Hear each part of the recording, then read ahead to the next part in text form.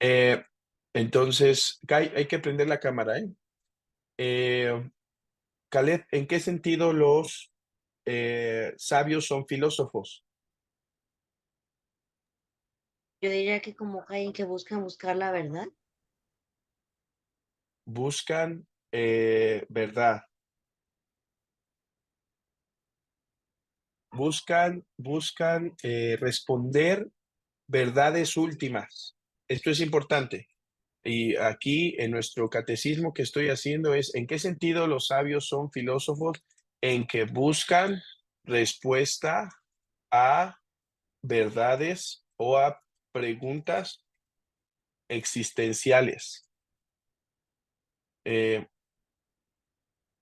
realidades últimas. Esa es la clave, realidades últimas. El científico también quiere saber la verdad, pero ¿de qué quiere saber la verdad el científico? Del objeto, de esto, no de realidades últimas. El filósofo quiere saber realidades últimas. ¿Cuál es el propósito del hombre? ¿De dónde viene el hombre? Eh, entonces son de las cosas más fundamentales de la existencia. ¿En qué sentido, Camila, no son filósofos los sabios?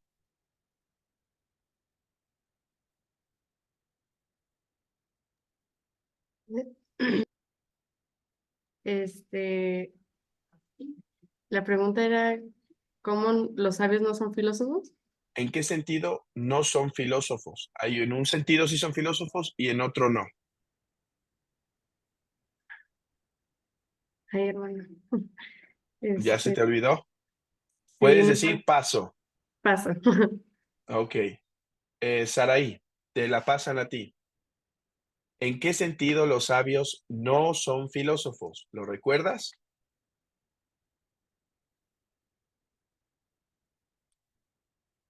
Mm, Entonces, sabio y filósofo no es lo mismo, ¿verdad? No es lo mismo, correcto, muy bien. Ah, ¿Cuál es la diferencia entre ellos? pues cuando eh, se filosofa, te hacen preguntas, ¿no? De, Ajá, los dos hacen preguntas que se parecen e intentan responder preguntas parecidas, correcto, pero ¿cuál es la diferencia entre ambos? ¿Paso? sí, sí, Muy bien, gracias por intentarlo, Saray. Josué, te la pasan a ti.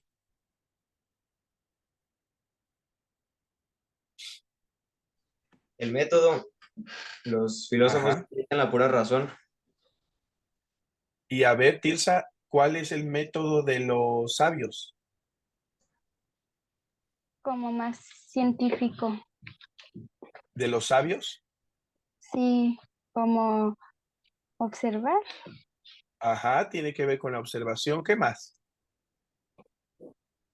mm,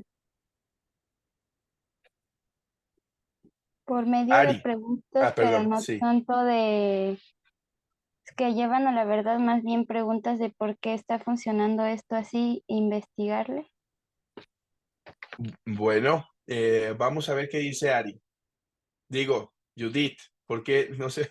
Sí, Ah, sí, sí lo tengo siempre. está Yo bien. creo que sabio piensa y actúa con sensatez, razonando, y el filósofo se cuestiona las diversas causas con finalidad de conocer todo aquello que le rodea. Ok, sus respuestas son buenas, pero si nos concentramos en lo que dijimos, hay, a ver, Caleb, Según yo, era a que ver, los sabios buscaban respuesta a las preguntas por medio de la intuición y el sentido. intuición, intuición, ¿qué más? Esas son las claves, que los sabios, no en el sentido de lo que nosotros entendemos por sabios, sino estos hombres de la antigüedad, estos sapientes, eh, que ellos es por medio de la intuición, del sentido común, eh, de la revelación divina, de la tradición, Mientras que los filósofos, las formas en las que intentan responder las preguntas últimas es a través de la razón, ¿sí? Esa es la diferencia. Un filósofo no te va a decir, ¿y quién creó el mundo? Bueno, Dios, porque así me enseñaron mis padres. Eso sí te puede decir un sabio, ¿sí? Pero un filósofo no respondería de esa manera. Puede decir un filósofo, bueno, Dios creó el mundo, pero la razón es que, mira, a la luz de que hay un mundo en donde que vemos en este mundo causas, entonces debe haber una causa, y esto lo vamos a ver después, no se preocupen, porque estoy simplificando. Debemos conocer uno que es la causa eficiente de todas las cosas. Entonces, vean esto, vean esto. El filósofo y el sabio se pueden hacer la misma pregunta, y esto nos va a ayudar para seguir dándonos una idea de cuáles sí son y cuáles no son preguntas filosóficas. Vean esto. eh, el sabio, aquí está, el sabio y el filósofo. El sabio y el filósofo concuerdan en que los dos quieren saber, ¿sí? Quieren saber. Los dos quieren saber. El sabio quiere saber verdades últimas. Y el filósofo, Citlali, el filósofo, ¿qué tipo de verdades quiere saber?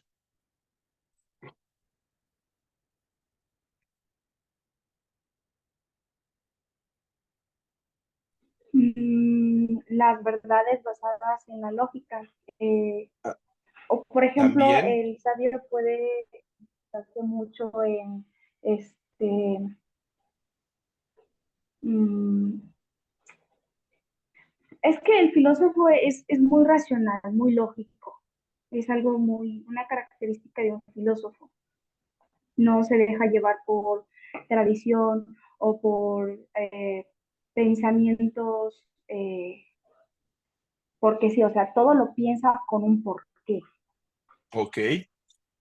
Entonces, a ver, el sabio y el filósofo, los dos quieren saber, ¿sí? Ahí está la Q y S de saber. Quieren saber, acá esta también era Q. Los dos quieren saber. ¿Qué quieren saber? Bueno, verdades últimas, verdades últimas. Los dos quieren saber verdades últimas. A ver, ¿cuál sería una pregunta que de verdad última? ¿Quién creó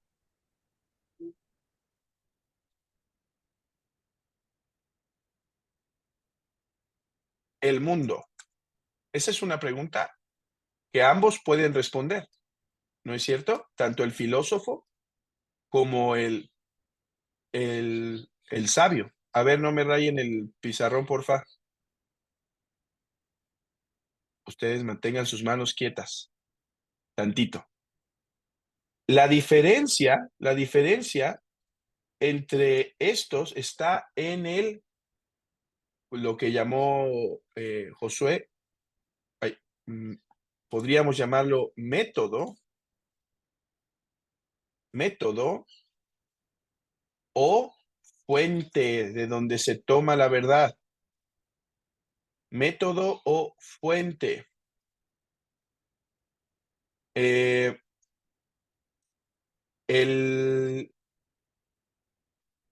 ¿Cuál es el método o la fuente del sabio? Tradición. Aquí podríamos hacer una lista larga. Tradición. ¿Qué más? Libros. Ajá, eso entraría en la tradición. Ok. Revelación. Sentido ¿Qué común. más? Sentido común. ¿Qué más? Experiencias. ¿Y cuál es el método o fuente de la filosofía? La La razón. razón. Razón, correcto. la razón. Entonces, ¿por qué quise que viéramos estos sabios? Una, porque tienen algo de filósofos. ¿Cuál es algo que tienen de filósofos? Lo que tienen de filósofos es estas cosas, ¿verdad? Pero también quise que viéramos estos sabios para que sigamos entendiendo cuál es particularmente la ciencia de la filosofía. Así que al ver a los sabios vamos a poder seguir distinguiendo de qué se encarga la filosofía y de qué no se encarga. Entonces, cuando el sabio y el filósofo preguntan, ¿quién creó a Dios? Ambos pueden tener la misma respuesta. Ambos pueden creer, el filósofo y el sabio pueden creer lo mismo. ¿Qué podría decir el sabio y qué podría decir el, el filósofo? Dios. Ambos pueden decir Dios. A ver, quiero que me digan cuál es la diferencia, no obstante, entre la respuesta, entre estas dos respuestas. A ver, Matías, ¿cuál es la diferencia entre estas dos respuestas? Que tal vez el sabio se centra más en algo de religión y el filósofo, bueno, depende, ¿no? Esas excepciones, pero yo diría que generalmente el sabio se centra en algo más, religioso, y el filósofo llega a la conclusión de que hay algo que tiene que mover todo, algo inconmovible, este, Ok, y ok, también cómo va por llegan ahí, ahí, va ¿no? por ahí, va por ahí. Daira, ¿cuál es la diferencia entre estas dos respuestas? Entre Dios, que dijo el filósofo, y Dios, que dijo el sabio. ¿Cuál es la diferencia? A ver si estamos entendiendo la problemática. Diferencia. ¿Cuál es la diferencia, Daira? ¿La ves o dices salto? Ah, no, salto. Ok, Brenda, ¿estás ahí?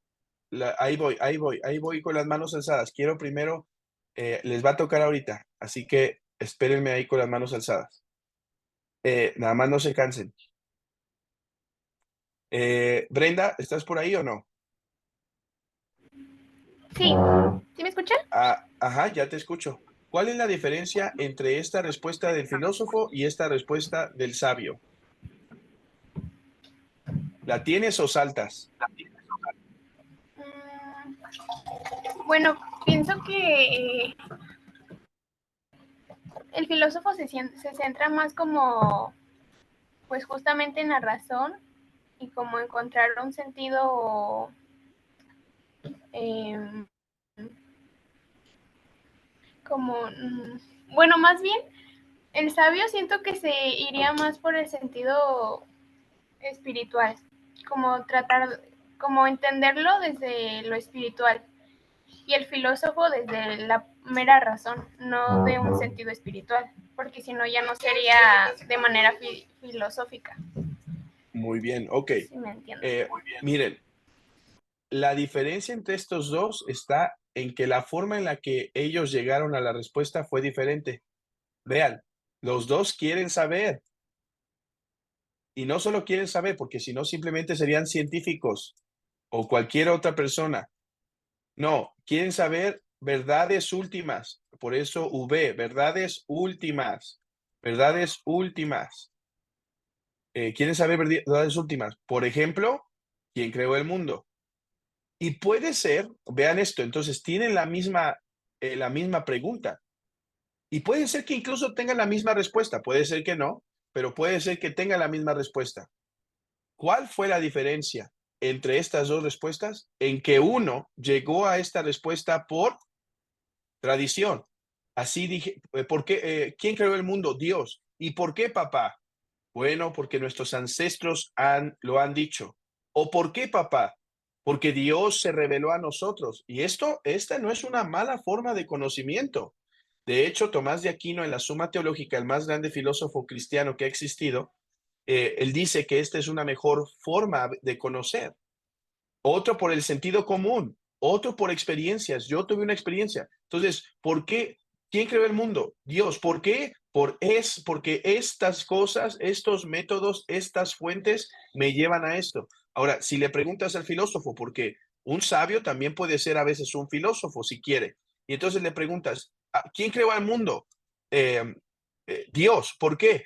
Bueno, porque la razón nos demuestra que es ilógico no pensar que hay un Dios. Entonces, otra vez, a la luz de esto, muchachos, háganse preguntas. Estoy respondiendo mi pregunta. Uno, me estoy haciendo preguntas de verdades últimas y ya tienen una lista de verdades últimas que se las puse en el chat. ¿Qué es la muerte? ¿Qué es la vida? ¿Quién soy yo? ¿Qué es el saber? Etcétera. Y entonces, estoy haciendo una pregunta de verdad última. Dos, estoy respondiendo como sabio con la tradición, con la revelación y el sentido común, o estoy respondiendo con la razón. Todo aquel que hace preguntas que buscan verdades últimas y que responde por la razón está haciendo filosofía. Ok, ahora sí, llegamos a la materia. ¿Quiénes son los sabios? No hay un canon. Canon quiere decir no hay una lista oficial. Canon o lista oficial. ¿Sí?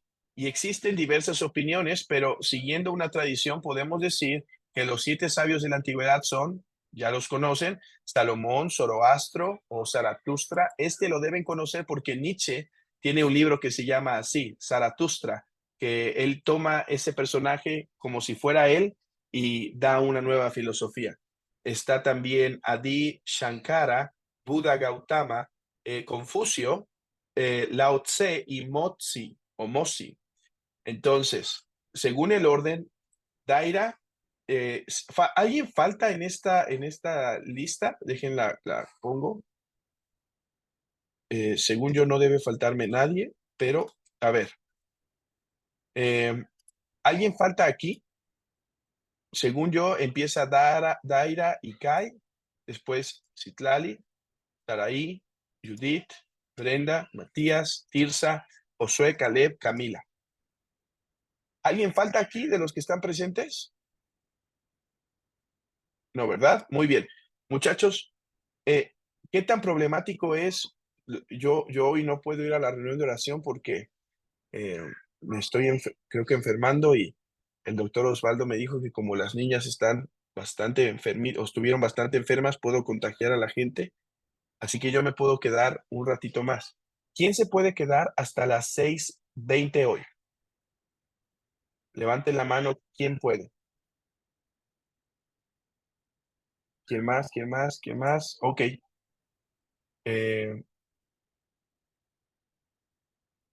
Entonces, Tirsa, Kainui y Saraí no podrían, ni Brenda. Entonces, por lo que veo, ¿no? Que no levantaron las manitas. Entonces, vamos a comenzar con ellos para que tengan su oportunidad. También Brenda puede. Ok, entonces, Sí, comenzaría. yo Perdón, también es creo que no que vi la podría. manita. Ok, entonces empieza Kai. Kainui. Mira, y te tocó justamente Salomón. Así que, Kai, comienza con 5 minutos a explicarnos quién es este tal Salomón y qué cosas podemos decir de su vida y de su sabiduría.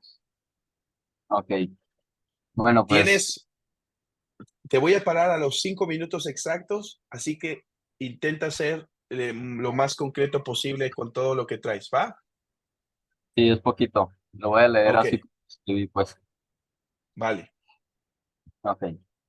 La historia de Salomón del 1011 al 931 antes de Cristo. Fue un sabio y rey de Israel, también se le conoce como el rey Lemuel. El rey Salomón heredó un considerable imperio conquistado por su padre, el rey David, que abarcaba desde la frontera con Egipto hasta el Éufrates en Mesopotamia. favoreció las relaciones comerciales con los fenicios, a uno de cuyos soberanos, que pues era Hiram de Tiro, entregó 20 ciudades de Galilea. También organizó una expedición marítima del Mar Rojo hasta Ofir, que es que el territorio de Ofir abarca de Etiopía a India, pues. Fue un rey que siguió los mandatos de Dios, aunque tuvo un tiempo de oscuridad por tomar mujeres para él que Dios había prohibido, pues, de las naciones paganas. Él escribió los libros de Eclesiastés, Proverbios, Cantar de los Cantares, algunos salmos y otros libros que no están en el canon de la Biblia. Mm, Fue un rey, músico, poeta, profeta y salmista, y su reinado se caracteriza porque fue un tiempo de paz para Israel. Dios le ofreció cualquier cosa que él pidiera. Entonces él, bueno, esto pues es una parte de un versículo. Da pues a tu siervo corazón entendido para juzgar a tu pueblo, que sale en Primera de Reyes 3. Entonces, por su petición humilde, Dios le añadió riquezas, poder y pues gloria. Entonces, ahí ya es todo. Muchachos, Y, de las cosas que que escribió Salomón, ¿cuáles creen ustedes que es la más filosófica de las tres? perdón, me faltó algo. ¿Eclesiastés? Va, Kai, échale, Kai. Tienes Bueno, todavía. sí, rápido, pues el dicho que era el que a mí pues me parece más sabio, pues es que el principio de la sabiduría es el temor de Jehová. Ajá. ¿Y en dónde está ese versículo? Bueno, hay En varios, ¿verdad? Proverbios- Creo que en Proverbios 1, pero no lo anoté. Ok, sí. Eh, muy bien. Kai, esta pregunta es para ti. Bueno, no, antes de hacerte esa pregunta, me gustaría escuchar a Daira. ¿Qué más nos puedes decir de Salomón?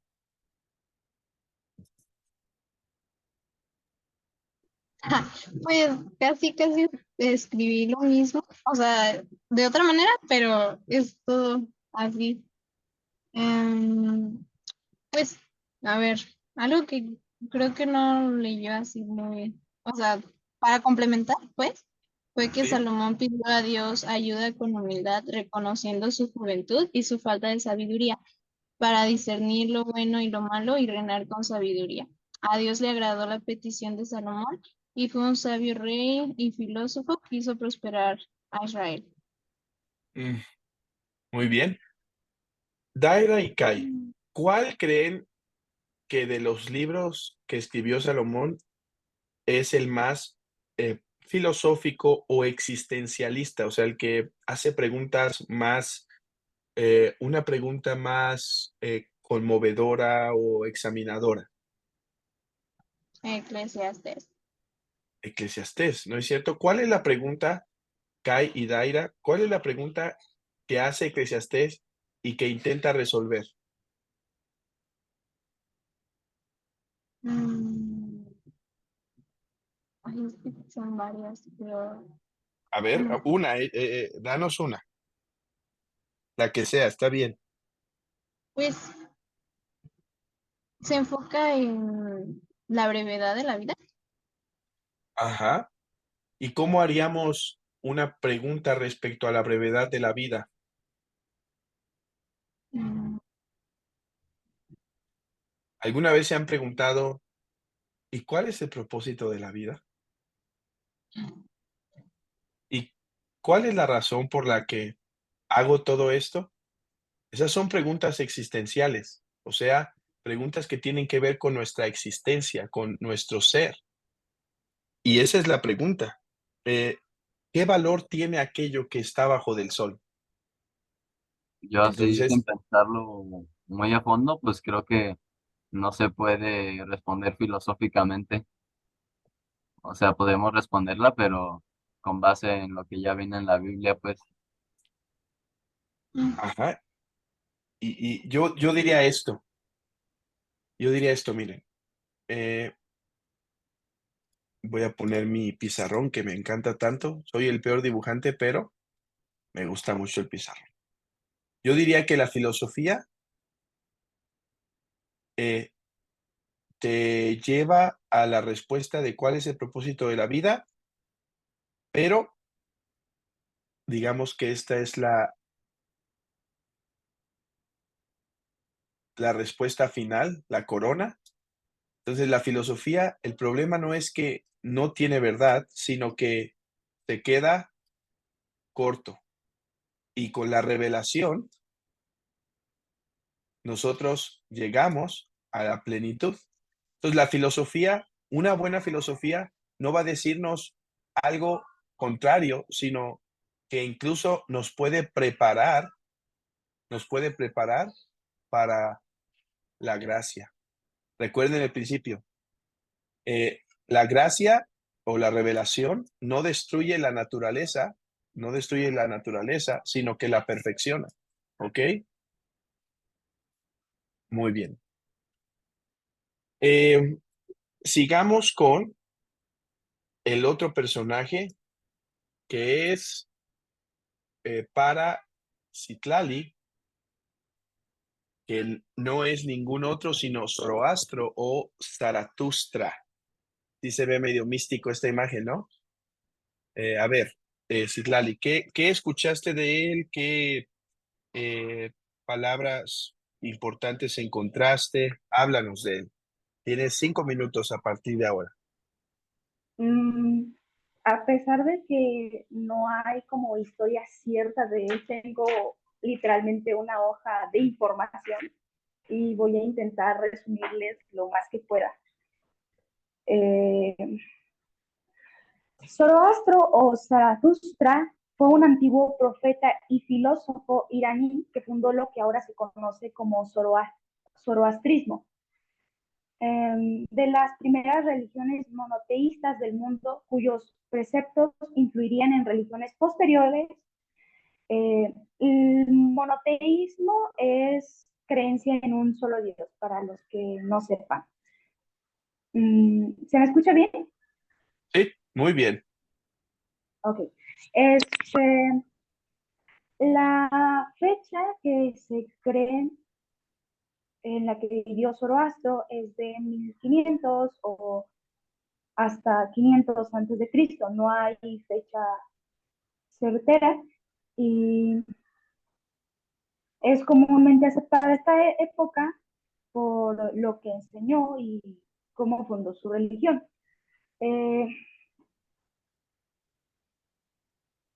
No se conoce su lugar de nacimiento ni su linaje, debido a que después de que él fundó el zoroastrismo y que fue aceptado por un gobernante, muchos pueblos intentaron adueñarse o sea, decir que él era parte de su linaje o que provenía de ellos. El Avesta, libro que escribió Zoroastro, es la única fuente de información sobre este mismo, fuera de los comentarios escritos sobre él y las leyendas.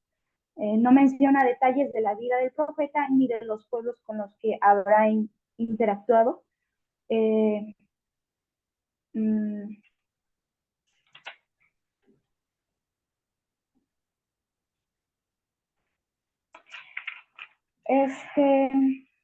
Lo que movió a Zoroastro a crear la religión que ahora se conoce como zoroastrismo es que, según él, tuvo una visión de Dios cuando estaba en una celebración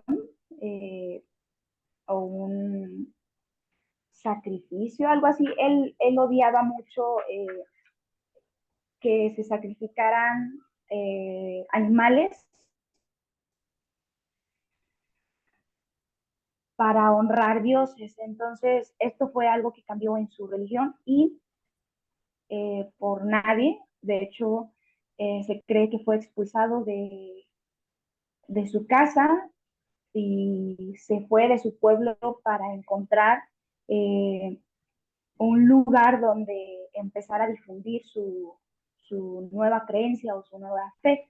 Él creía que él tenía el llamado de Dios para hacer todo esto. Y según él, o según lo que se cuenta, fue llamado a... Denme un segundo. A la tierra del rey Vishtaspa, el monarca que cambiaría su vida y lo ayudaría a establecer su religión. Según algunas fuentes, él murió por causas naturales a los 77 años aproximadamente, mientras que otra, muy diferente, piensa que fue asesinado por un sacerdote carpano en represalia por haber desmantelado la antigua religión a la cual él era sacerdote o creyente, de la cual él cambió. La nueva fe que fundó se basaba en 5 principios.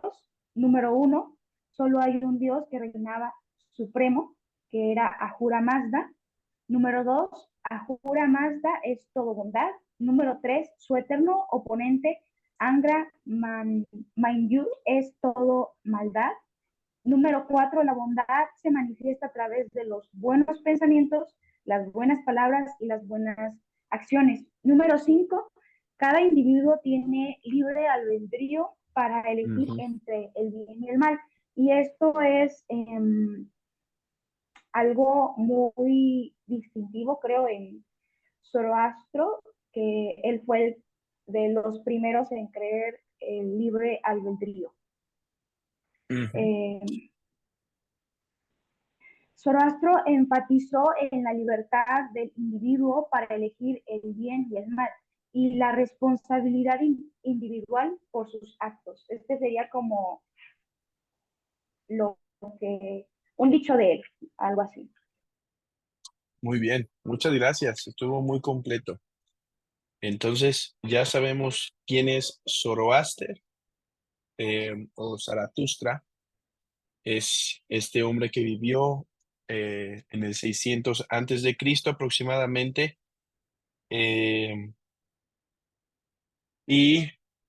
Bueno, es una religión monoteísta, como ya nos dijo, enfatiza el libre albedrío, el pensamiento, hacer buenas obras. Algo que tiene de parecido con los musulmanes esta es que oran 5 veces y es una forma de vida, ¿sí? Entonces, él se creó un profeta, pero vean las dos cosas que ya llevamos. Es preguntas respecto o sabiduría del mundo, o sea, respecto a las cosas últimas, pero a través de revelación. Ahora vamos con Shankara, que le toca a ver, vamos a ver quién sigue.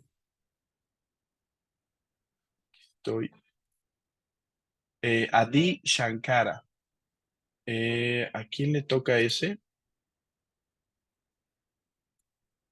Según mi lista, Taraí. ¿Qué nos puedes decir de quién fue Adi Shankara? Y si encontraste algún dicho, algún punto de su filosofía.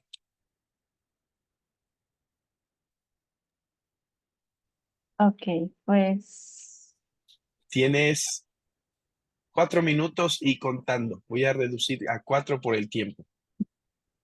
ok, bueno, voy a intentar porque tengo mucha información y no. Bueno, pues Adi Shankara vivió entre los años 788 y 820 después de Cristo. Fue un filósofo indio, es de la India, fue de la India, y promovió una, un tipo de hinduismo que se llama Advaita Vedanta, eh, que, que ha sido ah, hasta ahora impactado en el hinduismo que tienen los indios actuales. Su objetivo en esa época era como ir en contra de lo que de hacer resurgir el hinduismo, porque en estos momentos estaba muy prominente el budismo y otra corriente, y él lo que quería era volver a establecer el hinduismo. Em, nació se, toda su vida está es como más mito que nada, entonces eh,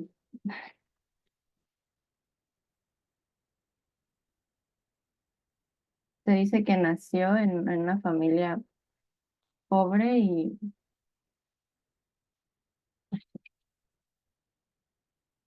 en un pueblo llamado Kalani. Se dice que sus padres le pidieron al dios Shiva que le mandaran un hijo y en respuestas este dios supuestamente ya le llaman que es la reencarnación de este dios y pues, ay, perdón, tengo todo como desordenado. No, vas muy bien, vas muy bien. Bueno, lo que enseñó principalmente fue la Advaita Vedanta. Fue una escuela que decía que solo existe una realidad absoluta llamada Brahman y que no es dual. Eh, afirman que este mundo solo es una ilusión y, Ujú. y el ciclo continuo de nacimiento, muerte y crear un renacimiento se produce a causa de la ilusión humana, a diferencia del Brahman. Bueno, no entendí mucho de eso, pero Sí. es lo que principalmente. Está difícil eso del Brahman, así que no te preocupes. Escribió una obra principal, un comentario al Brahma Sutra, que es como un libro del hinduismo, y una frase que dice que tengo de él es: el mundo como un sueño lleno de apegos y aversiones parece real hasta el despertar. Ajá. Sí. Muy bien, gracias. Esto nos abre puerta para, eh, para seguir con el otro que le tocó hablar sobre Shankara. Judith, de lo que estudiaste de él, ¿crees que puedas ampliarnos la idea de qué es esto del Brahman? Investigué sobre la Advaita Vedanta. El término Ajá. Advaita significa no dualidad o no totalidad y se refiere a la idea de que solo existe una realidad absoluta e inmutable. A nivel espiritual, todos estamos unidos. La doctrina Advaita Vedanta o Vedanta Advaita promueve la existencia de un ser unido a la totalidad de seres existentes, hasta tal punto que no puede hablarse de relación entre los distintos seres, sino de unidad total con todos. Es la unión entre el sujeto que percibe y lo percibido. Vedanta nos enseña la unidad de la vida y la unidad de la conciencia. En esencia, nosotros y el Ser Supremo somos uno.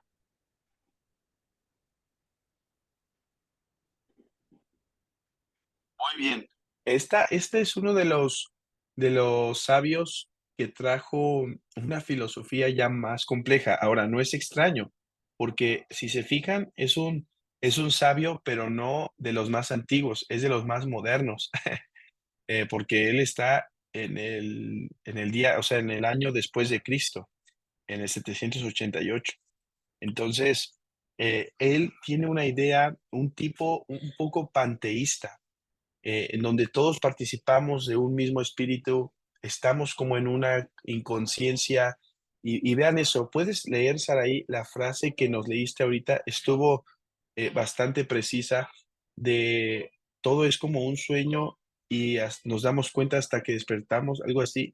Si sigues ahí, Saraí, nos ayudaría si puedes dar esa frase nuevamente que nos ayuda. Sí.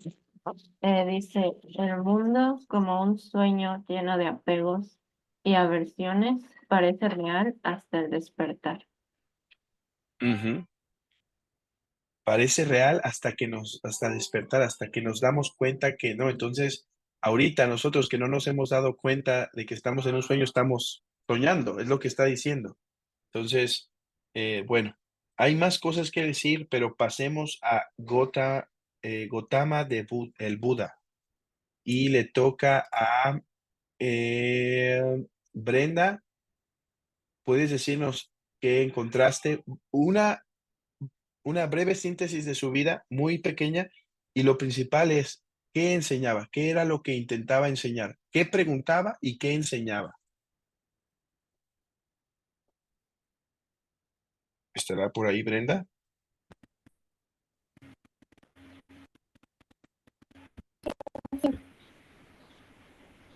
¿Me escucho? Ahí sí, nada más como cortado.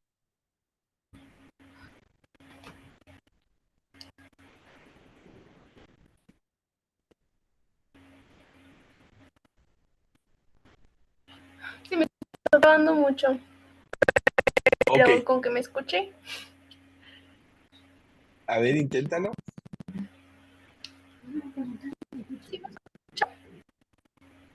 Sí, pero muy trabadita. ¿Ya me estoy escuchando? Ahí sí, ahora sí.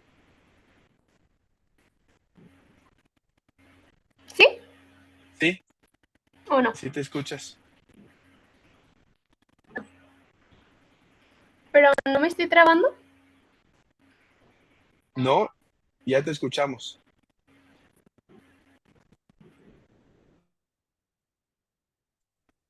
Ok.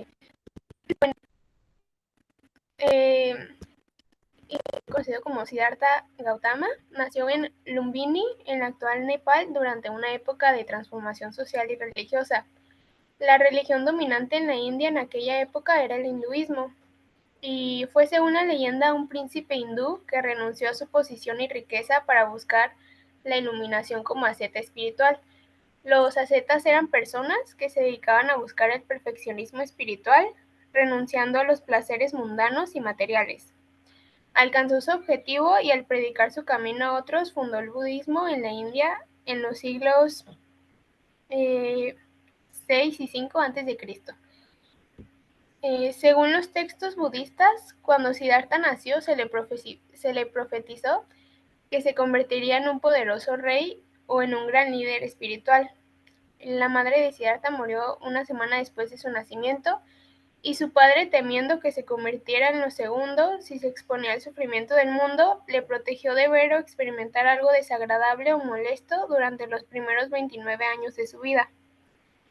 Siddhartha vivió entre lujos del palacio, se casó a los 16 años con la princesa Yasadora, y cuando tenía 21 años nació su primer hijo, y no le faltó nada como heredero de su padre.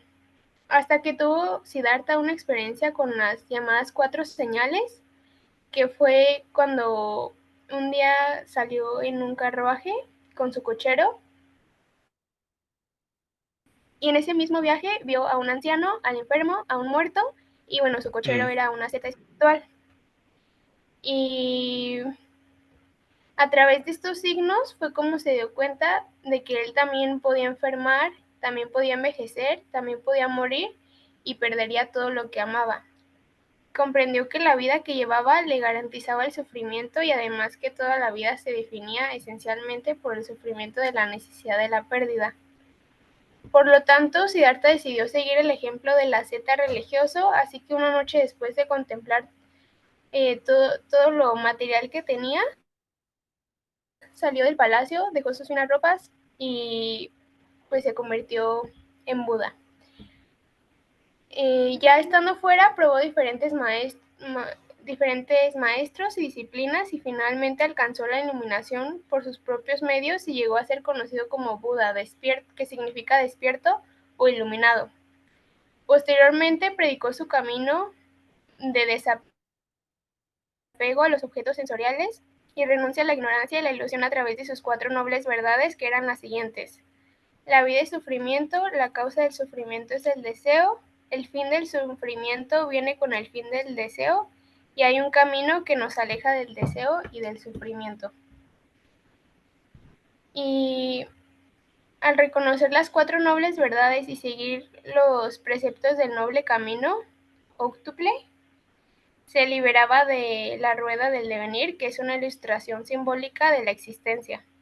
Tras su muerte, sus discípulos conservaron y desarrollaron sus enseñanzas hasta que el rey Maurino Ashoka, que reinó del 268 al 232 a.C., las difundió desde la India a otros países.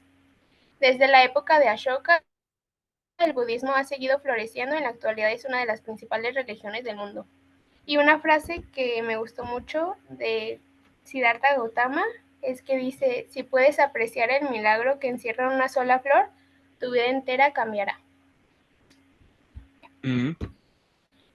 Matías, ¿algo que complementar sobre estos, sobre todo si encontraste algo de las 4 nobles verdades o el camino óctuple, sería bueno complementarlo, Matías? No, la verdad, tengo prácticamente lo mismo que mi compañera, nada más tengo diferentes frases. ¿Las digo? A ver, dinos una frase que te haya llamado la atención. Bueno, pues una dice ni que ni tu peor enemigo puede hacerte tanto daño como tus propios pensamientos. Órale, interesante. Y otra que es una ya, perdón, es que esto también está muy buena, que dice que la felicidad nunca llegará a aquellos que no aprecian lo que ya tienen. Interesante para reflexionar. Él va a ser uno que se va a enfocar mucho en, en ese aspecto, ¿no? Creo que también se mencionó lo de cuando uno se da cuenta del milagro de la flor. O sea, apreciar lo que ya se tiene en lugar de desear lo que no se tiene. Brenda, ¿te sabes o encontraste el camino óctuple de la nobleza? Ah, sí, no lo dije porque creí que ya me pasaría de tiempo, pero aquí lo tengo, lo leo. Ajá, léenos los 8 puntos. Dice, es visión correcta, intención correcta, discurso correcto, acción correcta, medios de vida correctos, esfuerzo correcto, atención correcta y concentración correcta. Sería bueno porque sigue de tarea las 2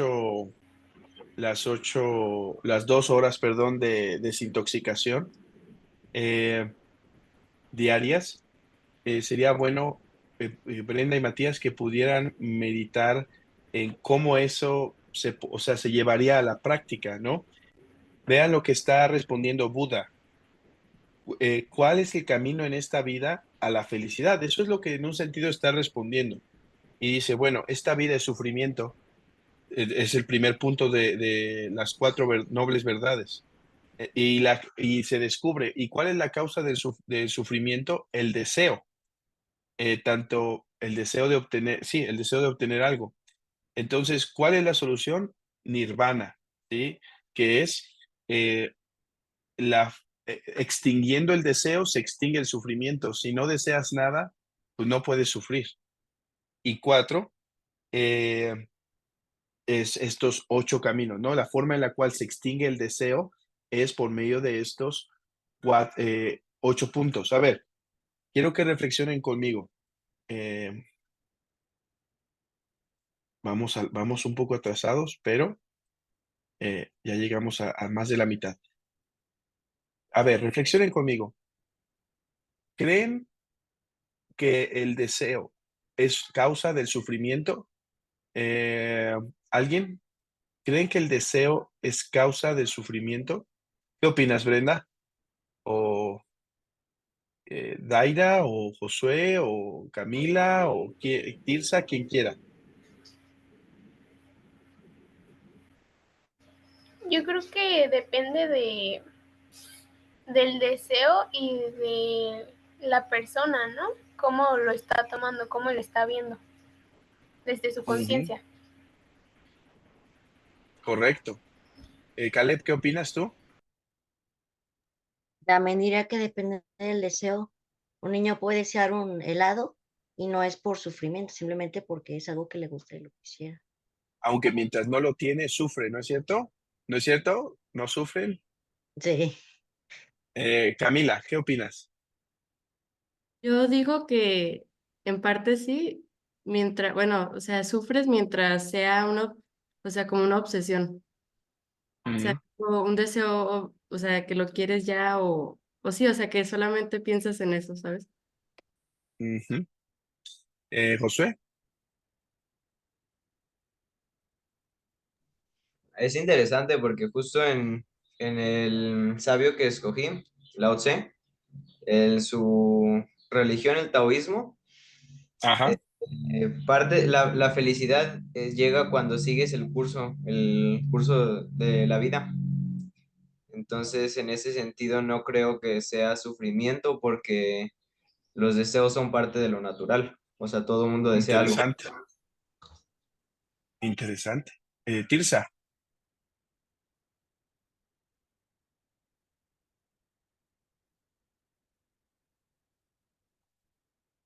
Eh, no te, no te, no te desmuteaste.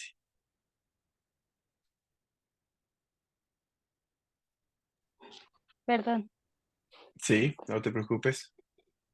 Yo pienso que también depende porque, o sea, depende de lo que quieras, pues también puede ser que sufras o no sufras, porque, por ejemplo, si quieres algo como difícil, vas a sufrir, pero si quieres algo Mm, más fácil, no.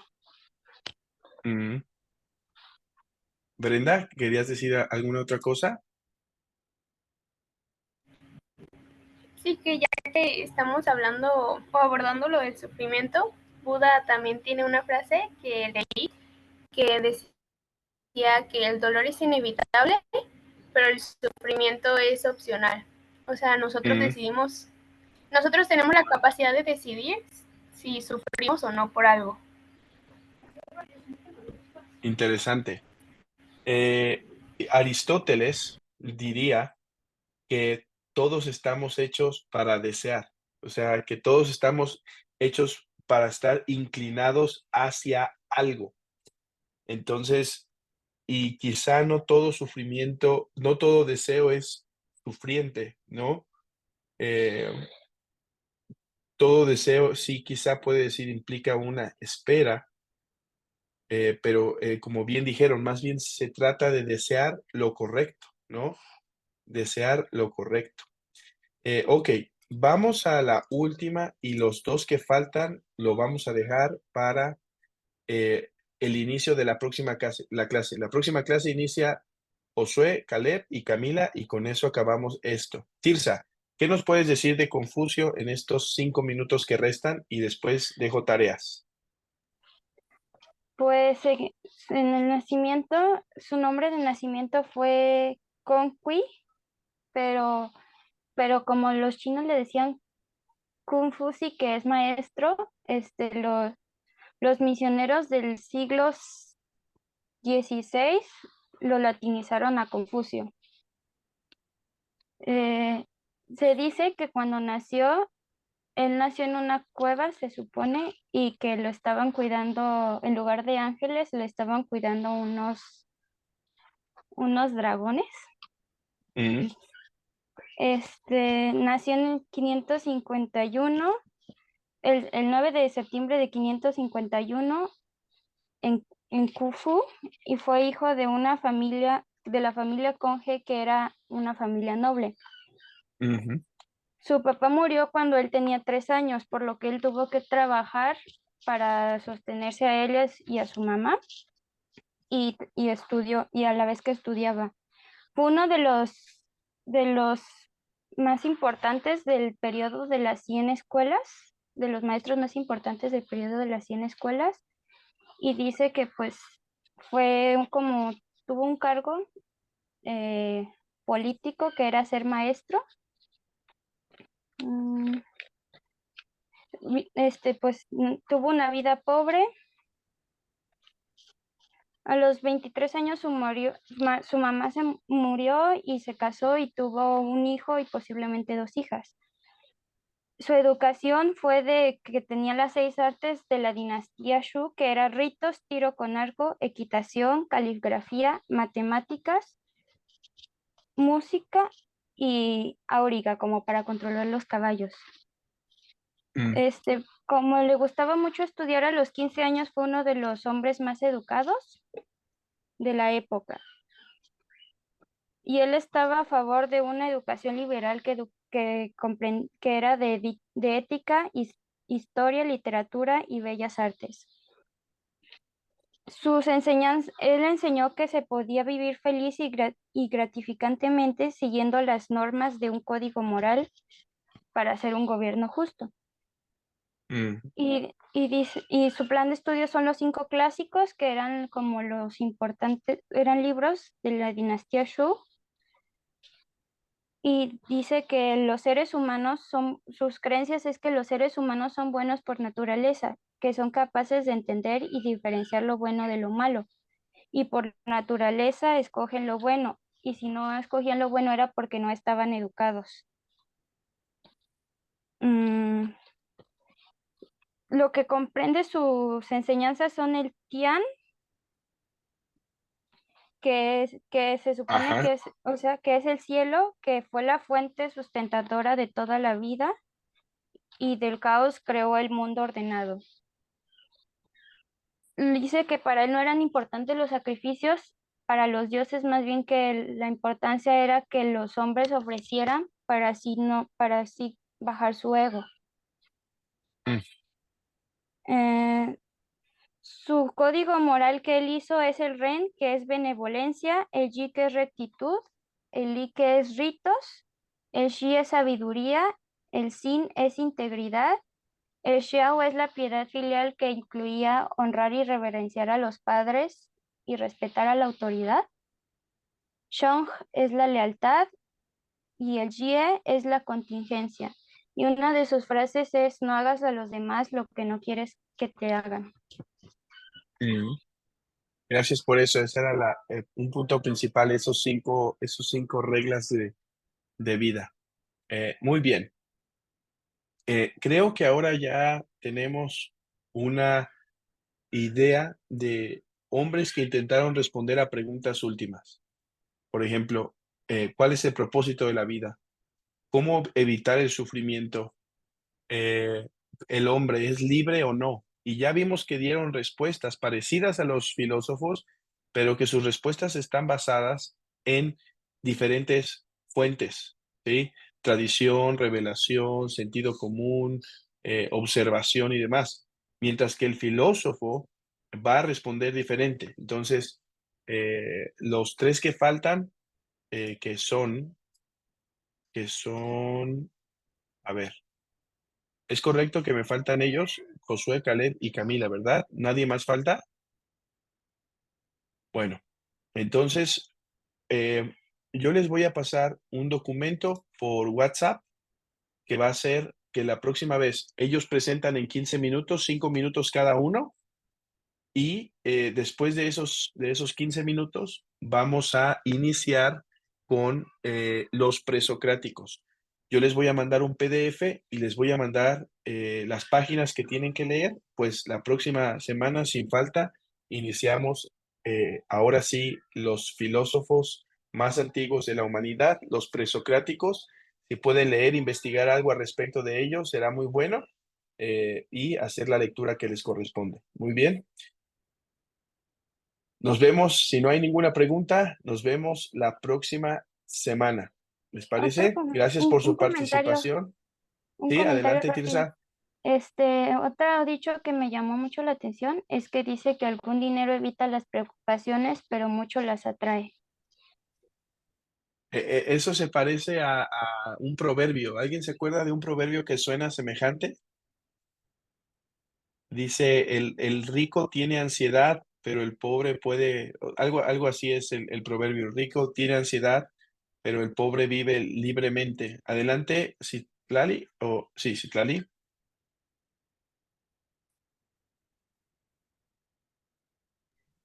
De hecho, creo que Salomón también habló de esto, se menciona que él mismo dijo, Señor, no me des menos para no enojarme, creo que dijo, o sea, para no rebelarme contra ti, y luego le dijo, pero no me des más de lo necesario para no envanecerme. Entonces, bueno, yo creo que eso es uno de los proverbios acerca del dinero o de lo que tenemos, pues. Correcto, muy bien, sí, sí.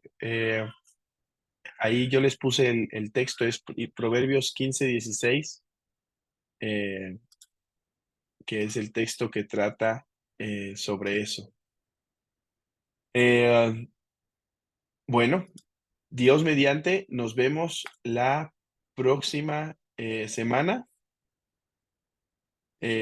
con la tarea que les voy a pasar y espero que estemos viendo cada vez un poco más claro la diferencia entre respuestas últimas a la manera de los sabios y respuestas últimas a la manera de los filósofos. Muy bien, gracias por su participación, por su atención y nos vemos la próxima semana. Descansen. Gracias. Muchas Gracias, gracias. hermano. Nos vemos. Bye Gracias. bye. Hasta Sí, pronto. hermano, bonita tarde. Adiós. Bye.